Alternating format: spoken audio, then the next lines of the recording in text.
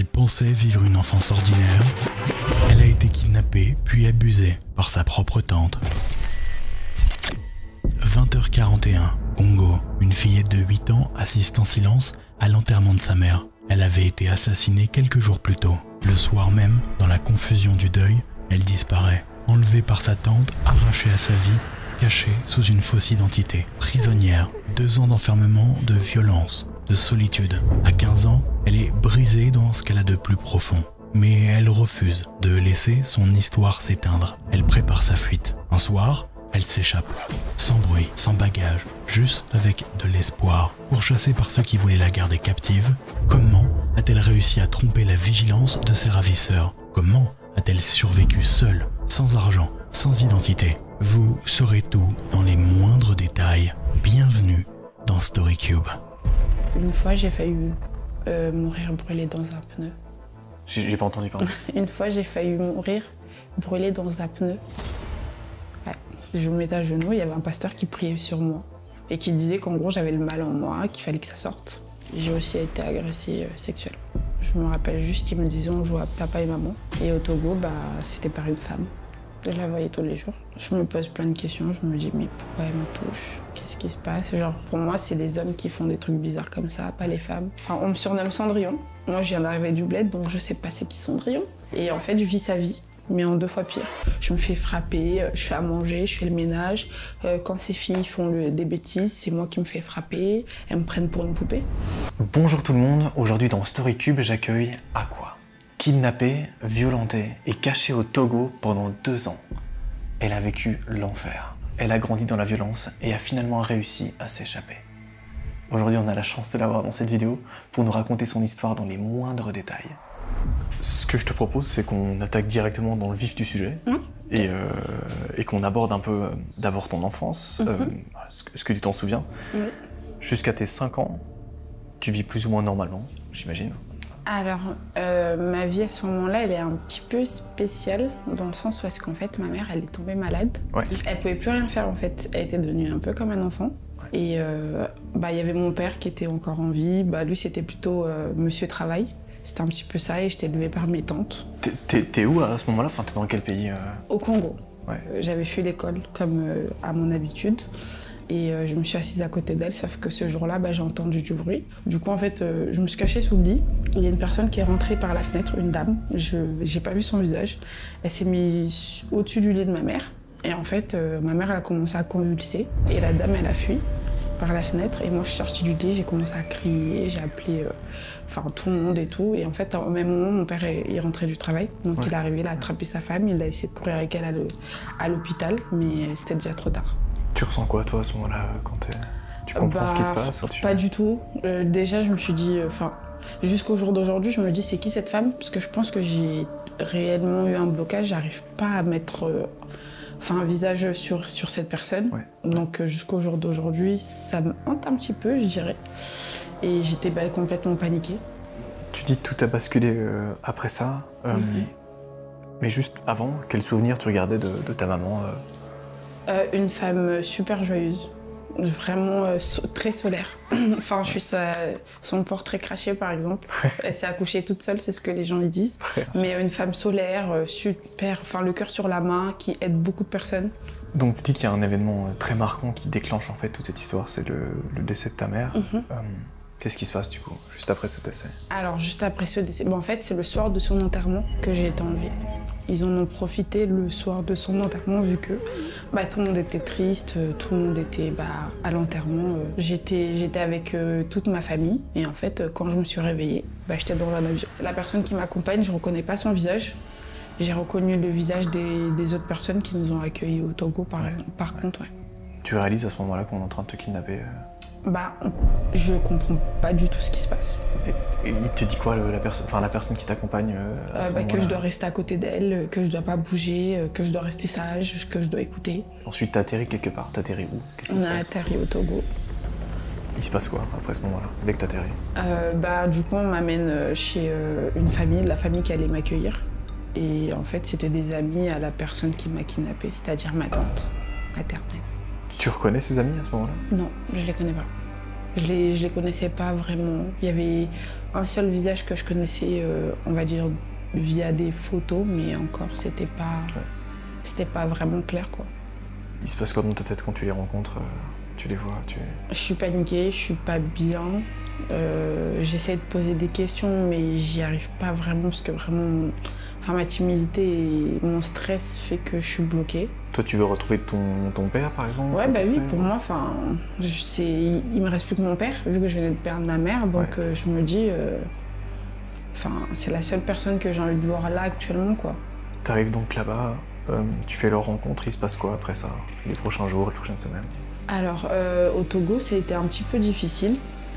Parce que, bon, du coup, je vais aussi parler d'un phénomène qui se passe au Congo, qu'on appelle, le phénomène des enfants sorciers. Je sais pas si tu connais. Pas du tout.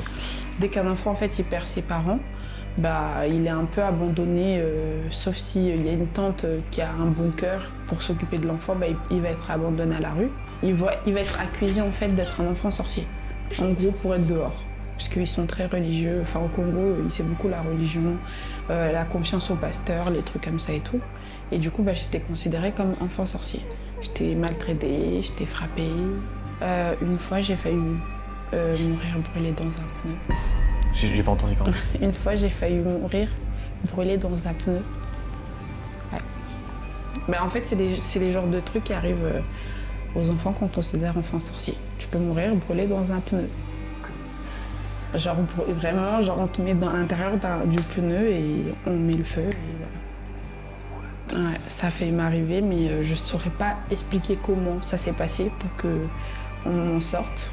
Et en fait, je pense qu'il y a un adulte qui a dû arriver. Je me rappelle juste, j'étais à l'intérieur, je suis en panique, il y a déjà le feu qui commence à brûler, j'ai fermé les yeux et après je me retrouve dehors. Donc t'es à l'intérieur d'un pneu et on brûle, je connais pas du tout ça, on brûle le pneu? Ouais. On met de l'essence dessus ou juste ça brûle comme ça? C'est sûr. Ben, enfin, ils mettent soit un liquide, je saurais pas te dire parce que moi, c'est le seul souvenir que j'ai. Ils mettent donc du liquide, ils font brûler le pneu tout autour et toi t'es à l'intérieur et tu brûles petit à petit. C'est ça. Comment ça se passe? Donc ça arrive dans les premiers mois déjà où t'es là-bas ou... Au tout début, c'était en douceur et après, en fait, c'est au fur et à mesure que c'était crescendo. Et en plus de ça, tous les jours, j'avais le droit à des délivrances avec des pasteurs différents. Ok. C'est quoi, genre? C'est genre, bah, tu viens, enfin, je venais, en fait, il y avait un pasteur, je me mettais à genoux, il y avait un pasteur qui priait sur moi et qui disait qu'en gros, j'avais le mal en moi, qu'il fallait que ça sorte. Ok. Ouais. Et il faisait quoi? Il faisait juste une prière pour faire sortir le mal qui est... C'est ça. Comment ça se passe là? Combien de temps tu restes là-bas? Au Togo? Au Togo. Pendant 2 ans. Tu disais que tu ne mangeais pas à ta faim depuis là-bas? Ouais, c'était vraiment maltraitance vraiment jusqu'au bout. Enfin, pour moi, tout était violent. Mais déjà, de ne pas pouvoir manger, de me faire frapper, d'être toujours mis dans un coin. J'avais pas vraiment de lit, je dormais sur un matelas comme ça. Ouais, je dormais sur un matelas comme ça. Ils ont mis un matelas par terre et tu dormais en mode comme ça, ouais. Et t'avais le droit au moins d'aller, je sais pas moi, à la douche ou aller... Oui. Ouais, la douche, ouais. Il y a eu d'autres types de violences que tu as subies, à part des violences physiques comme ça, tu vois? Bah, psychologique. Pour moi, il y avait le psychologique et j'ai aussi été agressée sexuelle. Comment c'est arrivé? Alors, bah, c'est arrivé à 2 reprises, au Togo et au Congo. Au Congo, c'était par un cousin. Je me rappelle juste qu'il me disait on joue à papa et maman. Ouais. Il avait quel âge? Lui, je saurais pas dire. Mais genre... Il était plus vieux que moi, mais je saurais pas dire quel âge il avait. Et vu que c'était avant que je quitte Et toi, t'avais quel âge? Bah, je devais avoir dans les 4-5 ans. Ouais, c'est ça. C'était avant de partir, avant de quitter, ouais. Et je me rappelle juste de ça, qu'il me disait on joue à papa et maman. What the fuck? Et au Togo, bah, c'était par une femme. Ouais. Et que tu connaissais, que tu connaissais pas? C'était Non, c'était la fille de quelqu'un qui était, enfin, de la personne qui avait la maison. Et c'est justement pour ça que j'avais le droit des douches aussi, parce que ça se passait pendant la douche. Quand tu dis ça se passait, c'est-à-dire que ça s'est passé plusieurs fois ou... On me faisait des attouchements. Et du coup, ça veut dire qu'elle habitait en fait avec toi dans cette maison et elle... Oui, je la voyais tous les jours. Elle avait quel âge? Enfin, c'est quoi le... Je saurais pas dire. Bah, au jour d'aujourd'hui, enfin, elle en France et tout, hein. Je la vois encore. Mais je saurais pas te dire l'âge qu'elle avait à l'époque où c'est arrivé. Parce que c'est vrai qu'au niveau de tout ce qui est les dates, les trucs comme ça, bien sûr. mon cerveau il a fait un espèce de blocage sur certains trucs. Je saurais pas t'expliquer, mais il y a certains trucs que j'ai oubliés. Toi, du coup, t'avais genre 7 ans 6 ans Là, 8 ans. Je pense, non, là, je pense que je devais déjà avoir 6-7 ans. Tu réalises à ce moment-là ce qui se passe ou... Non, je me pose plein de questions. Je me dis, mais pourquoi elle me touche? Qu'est-ce qui se passe? Genre, pour moi, c'est les hommes qui font des trucs bizarres comme ça, pas les femmes. Parce que vu que c'était déjà un homme qui m'avait fait, donc je comprends pas trop ce qui se passe. Tu restes combien de temps au Togo, du coup, 2 ans, tu m'as dit? Ouais, normalement c'était 2 ans. Ouais. Qu'est-ce qui se passe au bout de 2 ans?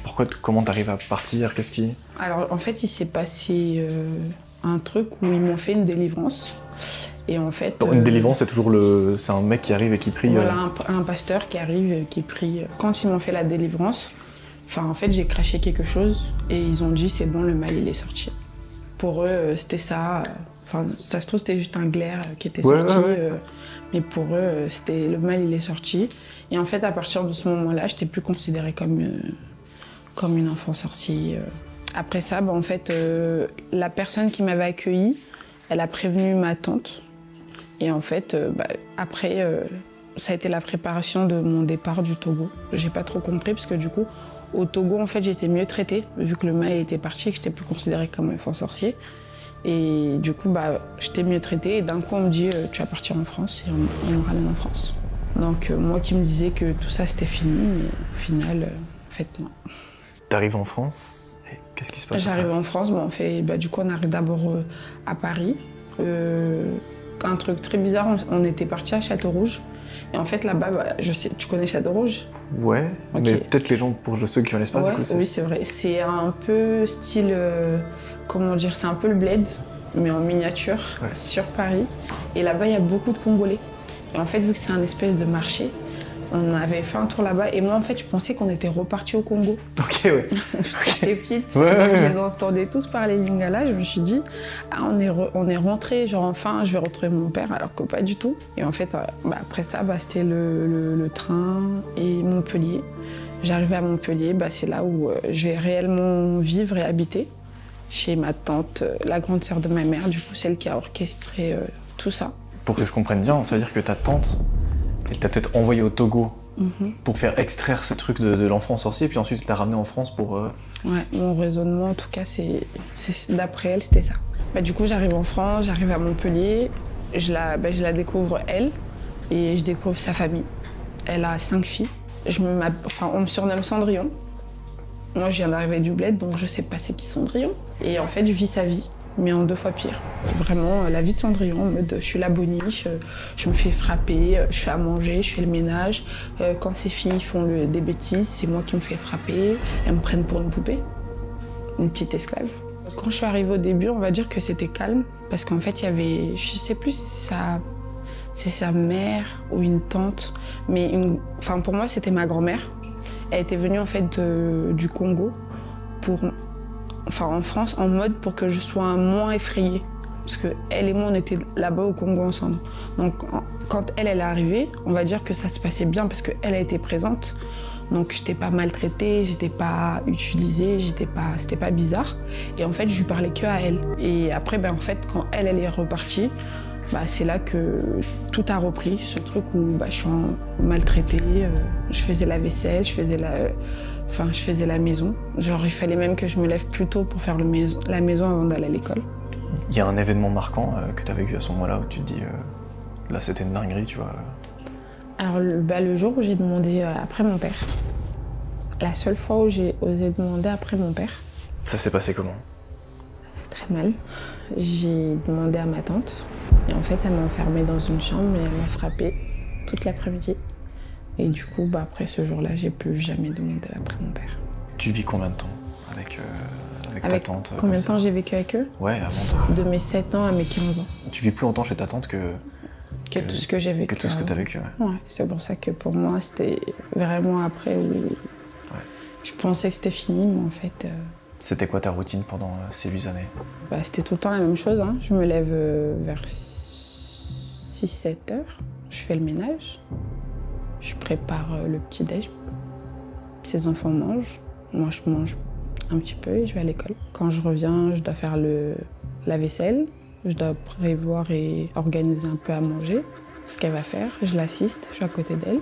Quand on finit de faire à manger, je mets la table, je sers tout le monde. Après, c'est moi. Et quand j'ai fini de faire à manger, que tout le monde a fini, je débarrasse, je fais la vaisselle. Et tu refais la même chose le lendemain? Tous les jours, c'était ça. Pendant 8 ans? Tous les jours. T'as essayé toi d'en parler à des gens quand il y a des gens qui venaient à la maison quoi? Ouais, un petit peu, mais j'en parlais très timidement. Et après, quand on va dire j'en parlais un petit peu, ou en fait, elle m'isolait beaucoup. Ouais. Elle m'isolait énormément, donc ça veut dire que quand elle me voyait un petit peu proche de quelqu'un, ou en train de parler à quelqu'un, bah du coup, elle venait. Donc elle s'intégrait à la conversation. Et ensuite, elle me disait de partir. Donc je ne pouvais pas vraiment parler non plus. Mais les gens voyaient. Est-ce qu'il y a un moment où tu t'es dit, ça y est, ça va être ça toute ma vie? Il y a eu des moments, ouais, mais je voulais pas. Je me disais, je peux pas vivre ça toute ma vie. Et quand j'ai commencé à me dire ça, en fait, j'ai commencé à penser au suicide. T'as déjà fait plus que penser? Ouais. En tout, j'ai fait 6 tentatives de suicide.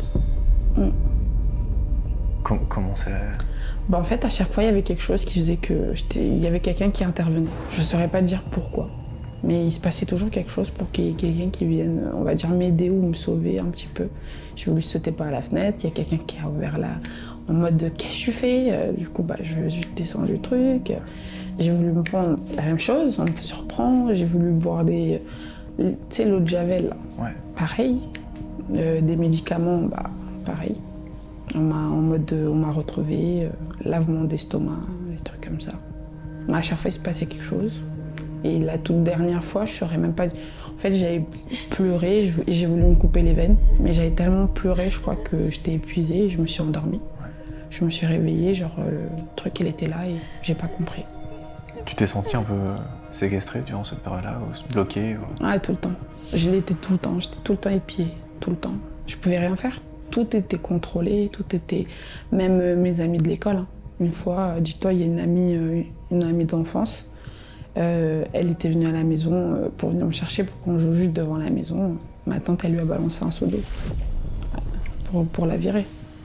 T'avais pas le droit de voir des amis du coup? Non, j'avais pas le droit de sortir, il me fallait des excuses pour sortir. Du coup, je m'étais mis au sport. C'était un peu mon échappatoire en fait du coup. Et grâce à ça, du coup, j'ai réussi à me faire inscrire à l'athlétisme. Et c'était vraiment mon endroit préféré. Cette période, elle va durer 8 ans, tu m'as dit.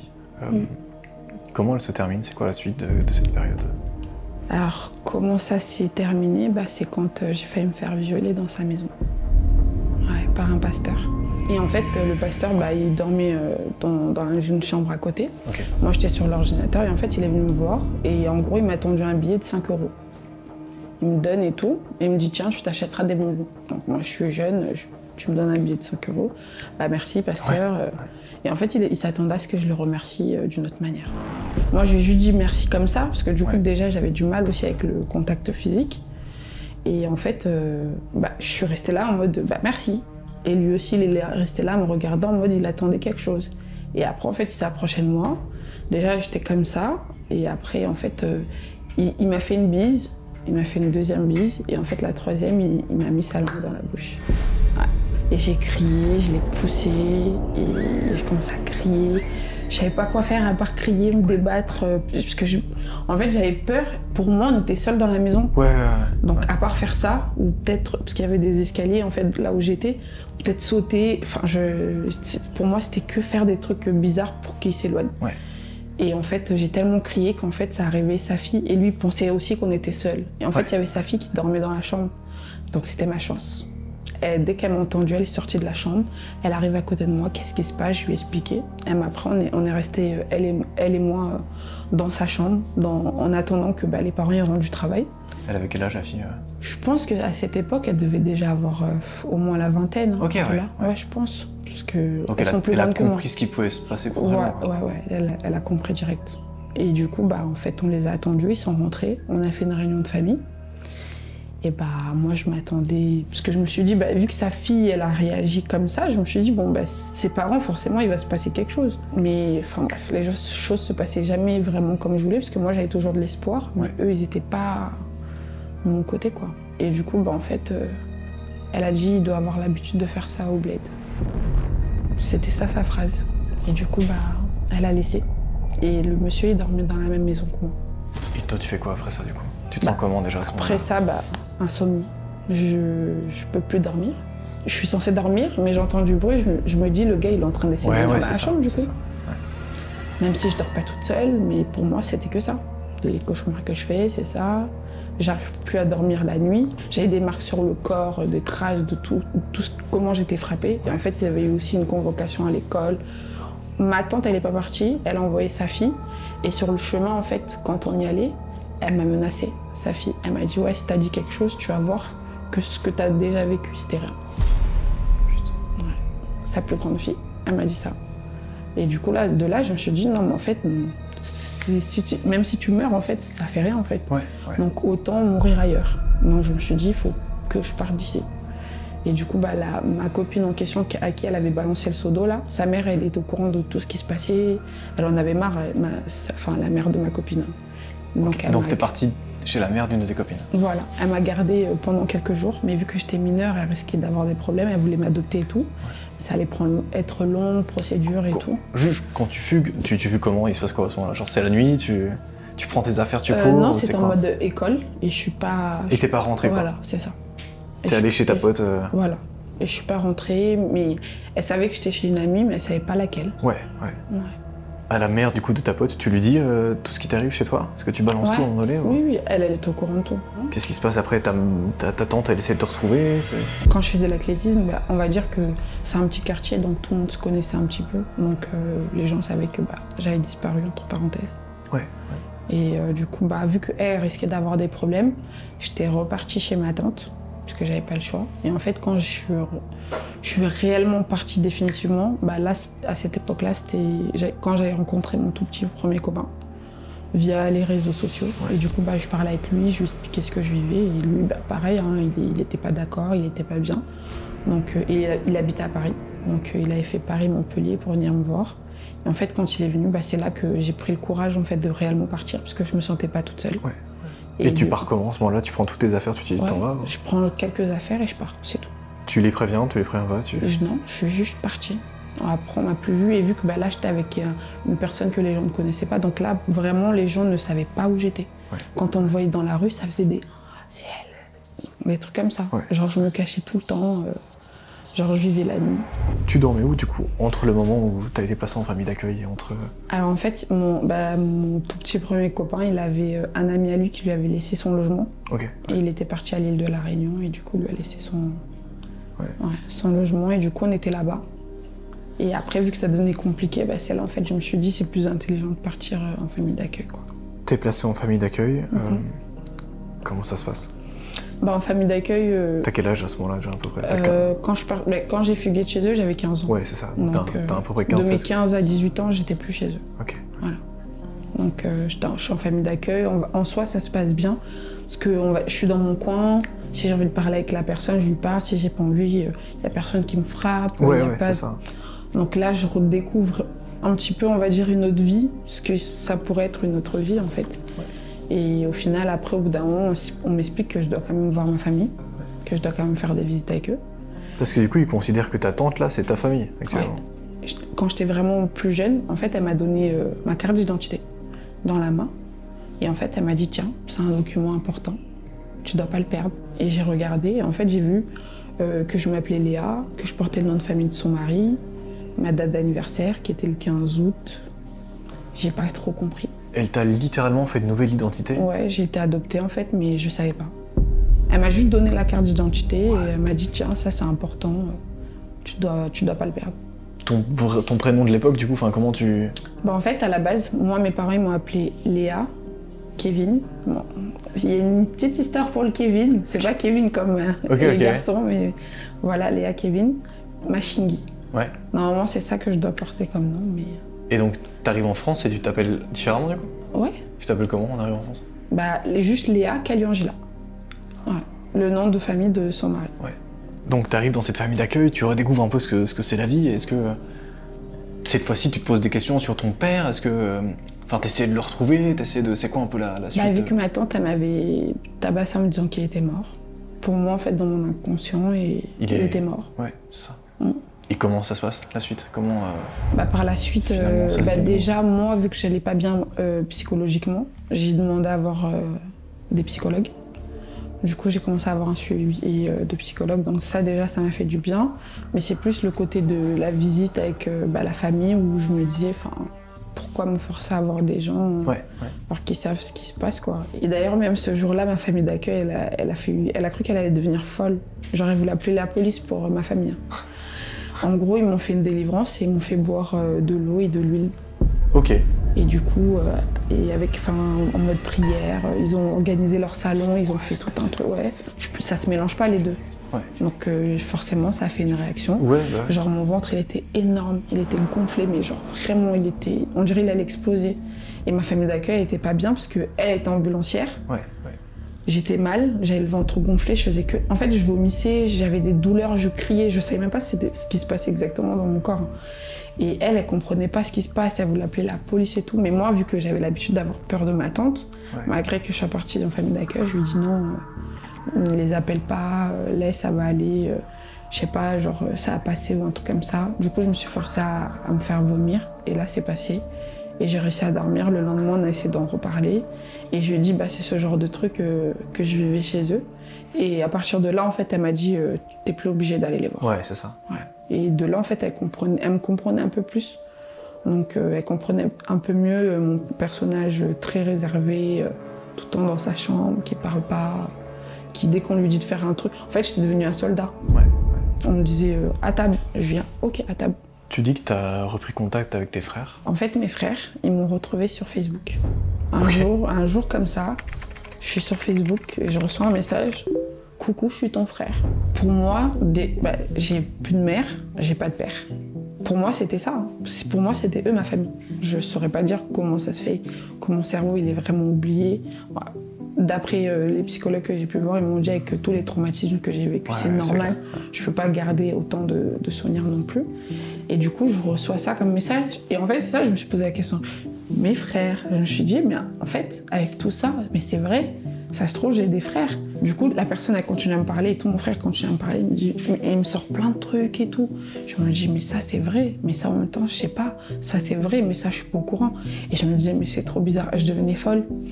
Après, au bout d'un moment, j'ai dit, écoute, le mieux, envoie-moi des documents ou des photos, des preuves, des vraies preuves. C'est ça, de là, je reçois des preuves. Et c'était vraiment mon frère.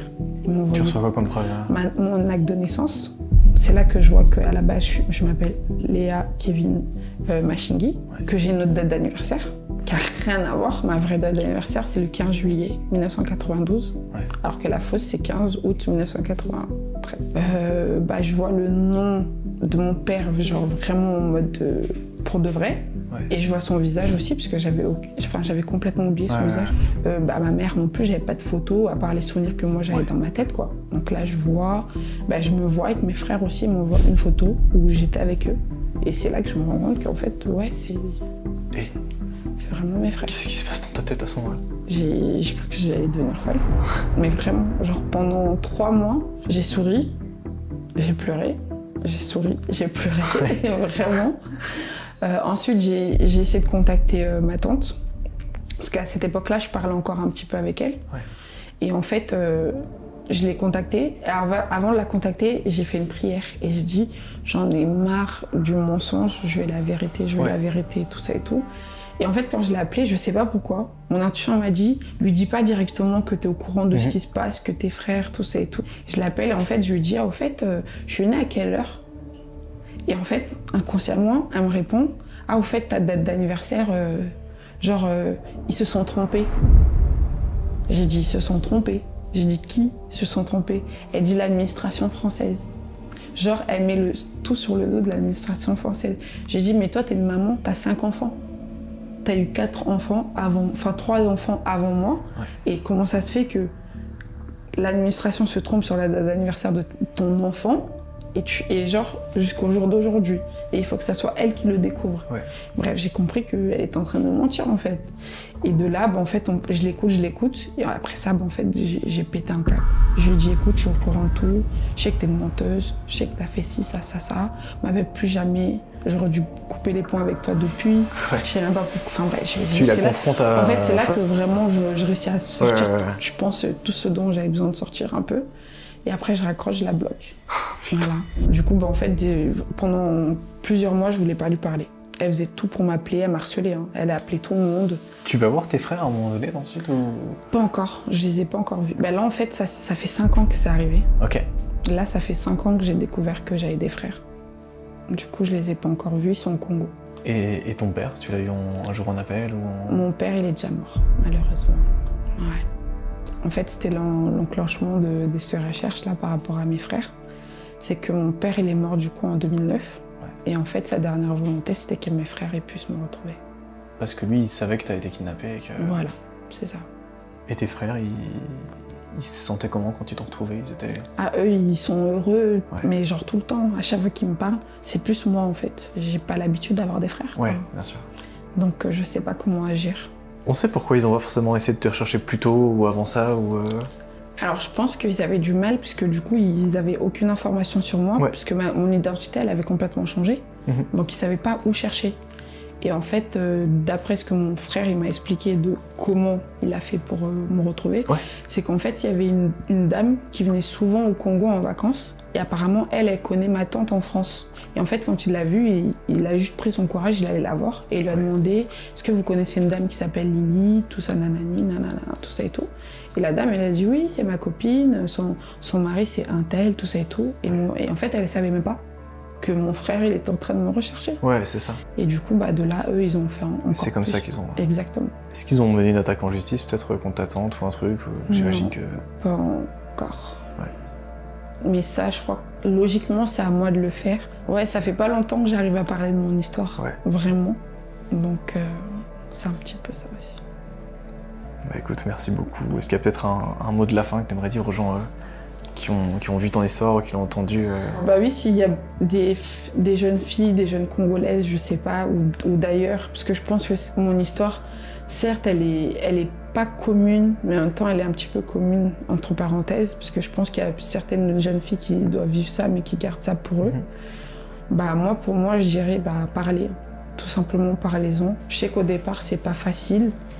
C'est un gros bagage que je traîne encore jusqu'à aujourd'hui, puisque avoir ce genre de vie, c'est pas rien, parce que les répercussions, ils sont énormes, parce que du coup, je continue encore à travailler sur moi-même pour avoir on va dire un petit peu une vie normale, entre parenthèses. Je pourrais jamais vraiment avoir une vie normale avec une histoire aussi grosse que la mienne.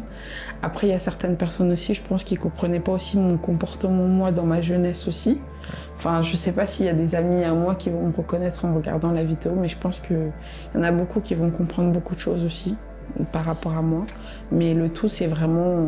N'hésitez pas à demander de l'aide, parler, aller voir un psychologue. Les jeunes filles qui ont subi des violences, c'est à vous de pouvoir parler. C'est pas à vous d'avoir honte, parce que moi, j'en ai eu honte pendant un moment. Même si une personne, elle vous croit pas, restez pas sur une personne, allez chercher la personne qui va vous écouter jusqu'au bout. Incroyable. Merci infiniment et merci à vous d'avoir suivi cette vidéo. Je vous rappelle évidemment que vous avez un écran qui s'affiche juste ici pour regarder un autre épisode. Et sinon, on se retrouve dans 2 jours pour un nouvel épisode. C'était Noah avec StoryCube. Bye.